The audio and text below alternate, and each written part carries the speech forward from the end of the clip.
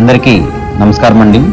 ఈరోజు బొడ్డుపల్లి కూర్మారావు గారి 9వ వర్ధంతి సందర్భంగా వారి కుటుంబ సభ్యులు కుమారులు బొడ్డుపల్లి సురేష్ కుమార్ గారు మరియు సింహాచలం గారు, కోడళ్ళు భవానీ గారు మరియు సునీత గారు, అల్లుడు సాంబత్తుల జయశ్రీని గారు, కుమార్తె వరలక్ష్మి గారు మరియు మనవళ్ళు మనవరాళ్ళు సురేఖ, ధరణి, కుసుమాదేవి, గౌరీప్రియ, దేవిక, మహతి, సంతోష్ మరియు బంధుమిత్రులు ఈరోజు ఇక్కడ 200 మందికి పైగా అన్నదాన కార్యక్రమం అనేది చేయడం జరిగిందండి.